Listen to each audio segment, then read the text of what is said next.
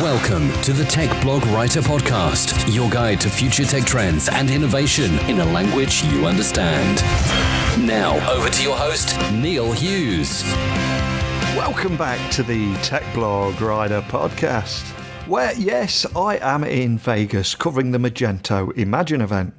And yes, I'm surrounded by MarTech companies everywhere I turn, but as regular listeners will know, I have an IT management background, so I wanted to get an IT perspective. What if I could find a company that didn't bypass IT, choosing a cloud-based shadow IT solution? And what if a company saw their IT department as enablers rather than blockers? But thankfully, I didn't need to look far, as I bumped into Tom Finney, Director of IT at SHOEBACCA, who had a fantastic story that he agreed to share with us today. And by seeing IT as enablers, SHOEBACCA grew revenue times 15 in just 3 years. And of course by using Magento, which is something else that I want to explore with them. So I wanted to find out more about an e-commerce company that was enjoying fantastic success in their own right with their own website, but how they also had to approach the challenge and the realisation that SHOEBACCA's customers actually also love to shop on Amazon, on eBay and on Walmart. And more importantly, they expected SHOEBACCA to be on those platforms too. So I wanted to hear about how they built an e-commerce system that could actually scale growth, integrate their current systems and sell customers the perfect sneaker wherever they started their journey. So buckle up and hold on tight as I beam your ears all the way to Vegas so we can speak with Tom Finney, Director of IT at SHOEBACCA, who shares his story on an incredibly noisy show floor here at Imagine 2019. So a massive warm welcome to the show. Can you tell the listeners a little about who you are and what you do? Sure. My name is Thomas Finney, Director of IT for SHOEBACCA, primarily responsible for managing the infrastructure, design, and technology that we use within our business to come to market and bring our products to market. And do you feel a lot of pressure there as the IT director of a company which is primarily online? So it's like the shutters of the business is all online, isn't it? A little bit. For me personally, though, I like that. It's as an e-commerce business, it puts me in kind of a very central hub in the business, and I get to have an understanding of a lot more of how a business operates than just being focused solely on the tech, and I get a lot of pleasure from that. So I love how you guys have evolved over the years as the digital landscape has evolved, but am I right in saying that you began on eBay and then launched a full-scale e-commerce website in 2007? But actually it was word of mouth that enabled you to become the leader in online footwear in the retail market? Yes, to an extent. Certainly in the early days, that was very true. We had a very natural progression. We didn't spend a lot of time with investment or heavy marketing out there, and there was a lot of word of mouth that led in the early days of SHOEBACCA's existence to its growth. In more recent times, I think we've seen a little bit of a reinvestment into the business and a little bit of a shift where we're operating a little bit more traditionally as a merchant, really trying to get out there and use our experience to improve that, but then also going after more traditional marketing techniques. So at what point was it that you guys realised that advances in technology and rising expectations meant that SHOEBACCA pretty much had to up its game? I think that realization really hit home around the 2013-2014 time period. I think that we had seen a lot of success, but not the kind of runaway success that we knew the business was capable of achieving.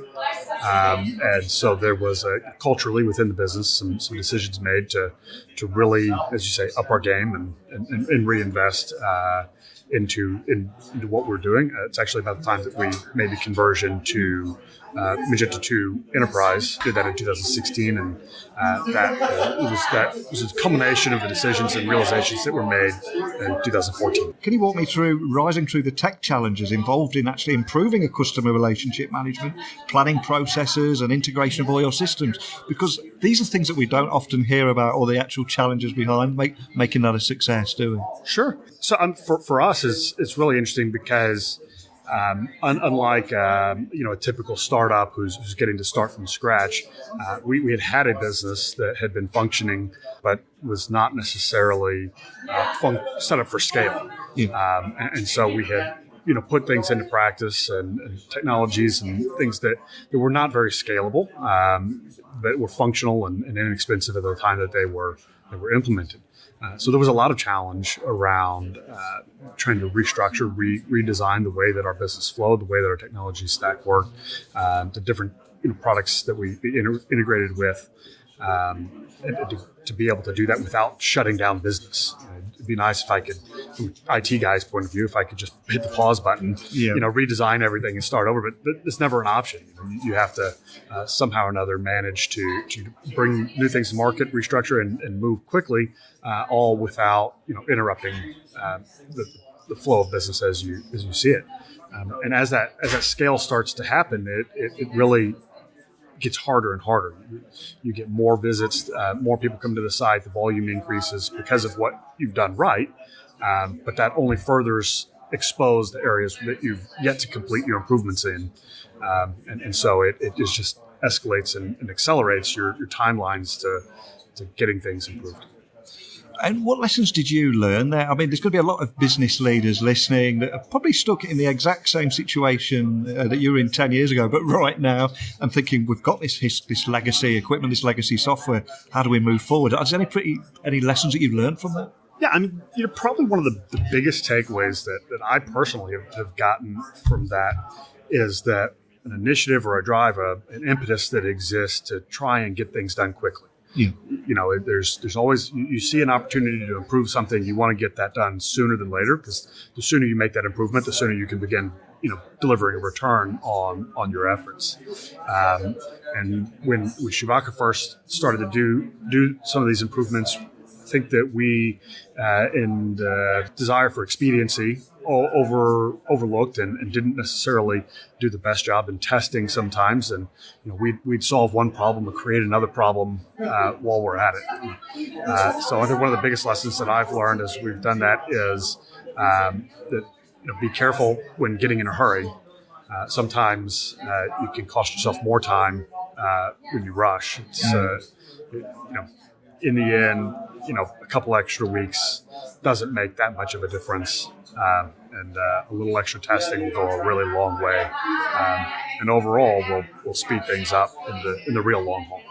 A little extra testing goes a long way. I'm a former IT guy myself, so I completely understand where you're coming from with that. But I mean, you realised that to succeed, you needed to connect to multiple marketplaces. So obviously your customers love to shop at Amazon, eBay, and the Walmart website, and so many others. So can you tell me more about how you created an e-commerce system that enabled you to scale your growth, integrate current systems, and sell customers the perfect sneaker, but wherever they start their journey? So, I mean, to your point, yes, we have found that integrating with the different third-party, as we call them, third-party channels, not our website, has been very beneficial for us as a business model.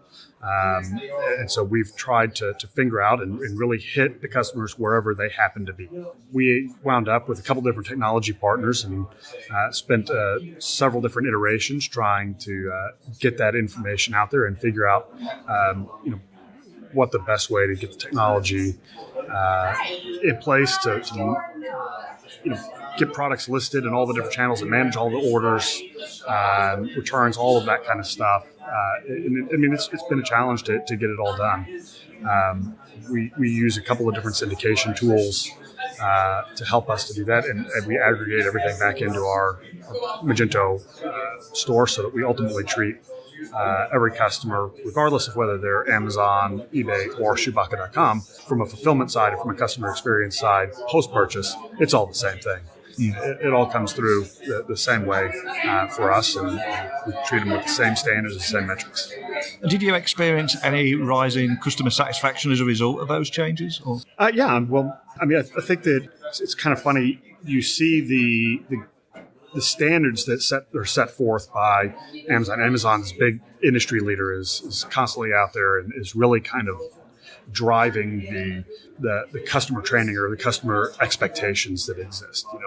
The early days of e-commerce, 2 or 3 weeks for delivery wasn't that big of a deal. Then it wanted to get it faster, and Amazon introduces Prime, and now everybody expects everything to be delivered tomorrow or same day. So by driving that kind of expectation and by being an Amazon seller, our goal is to treat everybody the same So we're bringing those metrics, and we're trying to beat Amazon's metrics for our site. Because if we can beat Amazon metrics and we treat everybody the same, then universally we're doing better than the most strict player in the game. And I think that the result of that has definitely been improved customer experience, particularly on non-Amazon channels. You start to provide that really exceptional customer experience across the board. I'm glad you mentioned Amazon there, because before talking to you today, I read that when you first ran your optimization with Amazon, you received 1,800 orders on the first day alone. I mean, did that take you by surprise? Actually, no, not really. Yeah. And that probably comes from just my understanding of where we were before we did the optimization. There was a substantial portion of our catalog that just wasn't even listed for sale anywhere. So I had seen the success that existed with the products that were listed. So when we went forward and started optimizing and getting things listed and getting the product data associated correctly, it really was kind of just gratification or satisfaction, saying, "Hey, yeah, I was right." It was really out there. All we had to do was go execute successfully, and then we could see the gains that come from that very quickly. All about execution. So can you tell me more about how Magento has been a key factor in your times 15 revenue growth in just 3 years? Because it's fantastic, isn't it, the results you've got there? Yeah, absolutely. I kind of alluded to it a minute ago. Yeah. But ultimately, Magento acts as our central hub, if you would, and is we use it as an order management system, customer management system. So every order that comes into Magento, and we fulfill out of that. Everything is kind of central within that tool. So even for non-Magento sales, we're using Magento for those orders. Yeah. It's a very critical tool. We manage all of our returns in that. Whenever we have customer service issues, the customer service agents are looking at those orders up in Magento. They're referencing data on products that's in Magento rather than trying to manage multiple different channels. We've got a central hub for that in the form of Magento.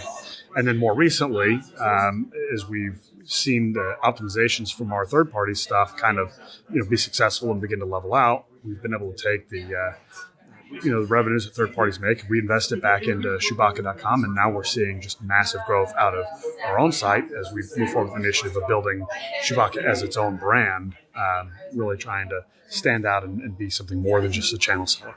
So for anyone listening, just setting out on a very similar journey to SHOEBACCA, what advice would you offer when creating an e-commerce system right here in 2019? And is there anything else that you can share with us today that you think would be valuable for people listening? Yeah, sure. Focus on performance. Yeah. Just admit, whatever you do, make sure that it's fast. We can't stress enough the data that we see about how performance directly and changes and increases in conversion and the customer experience. Focus on providing a very good customer experience. If you're going to be a merchant like we are, returns are key. It's a lesson we learned the hard way, and it's a very important thing to focus on and test. A lot of testing. Well, what's really refreshing to hear as well, of course, is we're now living at the age of cloud storage and everything, and shadow IT, where people bypass IT. It seems quite forward-thinking that you guys are still right in the heart of everything. Is that the norm now? Because I have left the IT space for a number of years now, and there was that friction in the past. Is that disappearing? Yeah, that's a really interesting question, and I think to a degree there has to be. I mean, there's a lot of different tools out there that you say that help people bypass IT. Yeah. Right. You see it here with Magento. Magento's building Page Builder allows you to the content managers to build content, things like that, without necessarily having to involve IT in that. And to an extent, that's a great thing to have happen. But ultimately, it's our department, it's IT department that's driving that forward. I'm bringing that to the marketing department, and we're giving them those tools.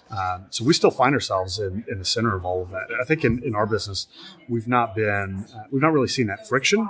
We see ourselves more as an enabler. Our job in IT isn't to an obstacle to operations. Our job is to work with all of the other departments to understand what their goals and objectives are and help give them the tools that they need to be successful. So I like tools that allow them to self-service, and we then help to optimize those and fill the gaps for where those tools don't exactly fit every need. Fantastic. Well, you guys have been on an incredible journey. But for anyone listening, can you just remind them of where they can find out more information about SHOEBACCA and maybe contact a member of your team if they've got any questions? Sure. Well, the best place is SHOEBACCA.com. Yeah. It's definitely the best place to go if you want information about SHOEBACCA. And then everybody in our team is first name at SHOEBACCA, so just reach out to me at thomas@SHOEBACCA.com. Well, I can only appreciate how busy you must be here at the conference. We are in Vegas, which is crazy at the best of times. But a big thank you for taking the time to come and speak with me today. My pleasure. Yes, I know I'm a stereotypical IT geek, but isn't SHOEBACCA the coolest brand name that you've ever heard? And also, as an ex-IT guy, I'd love to hear a story about an IT department are known as enablers, not blockers, and actually helping businesses deliver real value rather than just fix things that are broken. And SHOEBACCA.com has grown their business on the Magento platform since, I think it was October 2016. And that upgrade allowed them to handle the large data processing required for their massive product catalogue, including new fashion seasons and new shoe designs. But essentially, it empowered them to capitalise on that huge data to drive e-commerce growth and connect to the back end with multiple marketplaces and dropship service providers. So, by offering those shoes and accessories for sale on multiple channels, including the likes of eBay and Amazon, they can now reach their customers wherever they prefer to shop. It's a great story from the show floor here at Imagine, and I hope you enjoyed it as much as I did. Apart from the occasional loud talkers in the background, of course, but that can't be helped. But as always, please, I want you to share your experiences from both inside and outside of IT and share your story, not only with my good self here, but also the listeners to this podcast in 165 countries. And you can do that by emailing me, techblogwriter@outlook.com, pop by my website, techblogwriter.co.uk, or you can find me on a myriad of social channels at Neil C. Hughes. But it's time for me to rehydrate now, so while I go off and get some water and hunt down somebody else on the show floor, I'm going to bid you a fond farewell and promise to see you here again tomorrow. Same time, same place. But a big thank you for listening, and until next time, don't be a stranger. Thanks for listening to the Tech Blog Writer Podcast. Until next time, remember, technology is best when it brings people together.